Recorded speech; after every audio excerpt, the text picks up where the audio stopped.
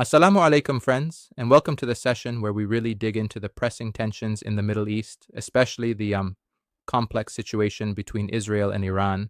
Wa alaikum assalam. Absolutely. This is a topic that hits home for many, given how it affects not just those two nations, but, the entire region. Exactly. It's not merely a conflict between two countries. It's like a flashpoint that touches on regional stability at large. Right. Just imagine, every move in this chess game could easily tip things over into a larger, uncontrolled conflict. Yeah. Take the recent developments. Israel recently targeted Iran's allies in Syria, which was pretty significant. Yep, that move was a clear escalation. Israel's military actions here are sending a strong signal, while at the same time, it's stirring a lot of insecurities. Absolutely. And Iran didn't just sit back. They fired back with drone and missile strikes, which is a pretty direct and bold response, which definitely made headlines. It's almost like a high-stakes game of brinkmanship, where every action could escalate things further. Right. And what's really worrisome is that both of these nations pack some serious military firepower. Iran's proxy forces, like Hezbollah, add an extra layer of risk to the whole equation. Yeah, and on Israel's end, you have that advanced air defense system that makes everything extremely tense around every maneuver. Exactly. The irony is that while both sides are flexing their military muscles, even a minor miscalculation could ignite an all-out conflict. It's like walking on a razor's edge. One wrong step and the repercussions could be catastrophic, especially for the common folks caught in between. And let's not forget, this isn't just about two states. These proxy groups and non-state actors make the whole landscape even murkier. Right? Because once you add these extra players into the mix, you get a kind of a domino effect where the instability can spread uncontrollably. Exactly. And that's why there's so much anxiety about every decision taken at the top.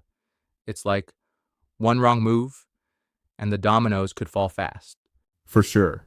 And I sometimes wonder if this whole escalation could, in a maddening twist, actually deter further aggression, like forcing both sides to pause before crossing that uncertain line. I get that perspective, but respectfully, I have to challenge it a bit. While deterrence sounds optimistic, the history of miscalculations in such heated climates tells me that waiting on a detonation isn't a reliable safety net. Yeah. It's almost like playing Russian roulette with geopolitical stakes. Deterrence might delay, but it may also mask the underlying volatility. Absolutely.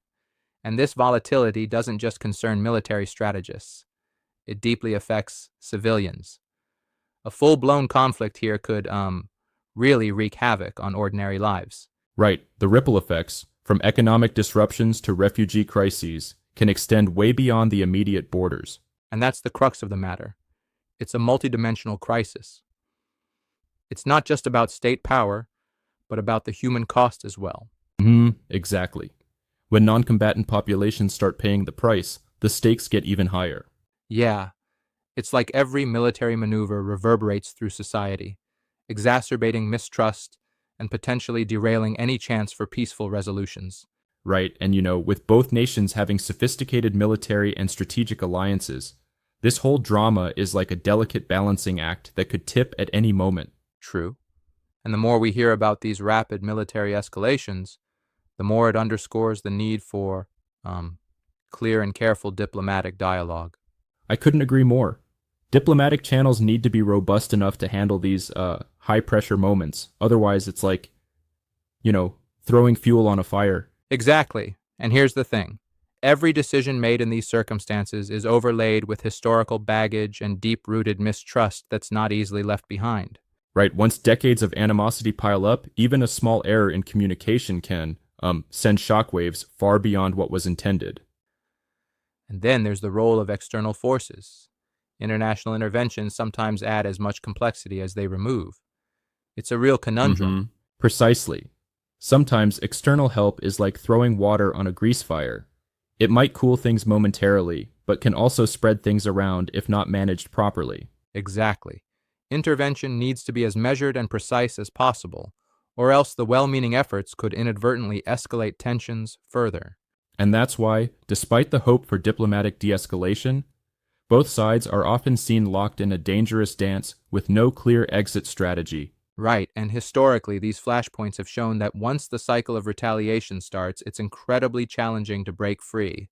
Yeah, it's like a vicious cycle. Each action provokes another, feeding into an ever-escalating loop of tension. Absolutely, and while the international community might advocate for restraint, the complex web of alliances and antagonisms makes it a tough nut to crack. And sometimes it feels like the diplomatic efforts are moving slower than the military maneuvers. Exactly, and that's why so much emphasis is placed on the need for reliable communication channels to avoid that catastrophic misinterpretation. Right. With every message and every military move, clarity is essential. Any ambiguity could tip the balance into something much more dangerous. So, what we're really looking at here is a critical juncture where measured actions and honest, clear dialogue are absolutely paramount to preventing a full-blown conflict. Absolutely. And while we all hope for a peaceful resolution, the sheer complexity and high stakes in this scenario remind everyone that every move counts. Thanks for this insightful chat. It definitely adds a lot of clarity to this tense, challenging issue.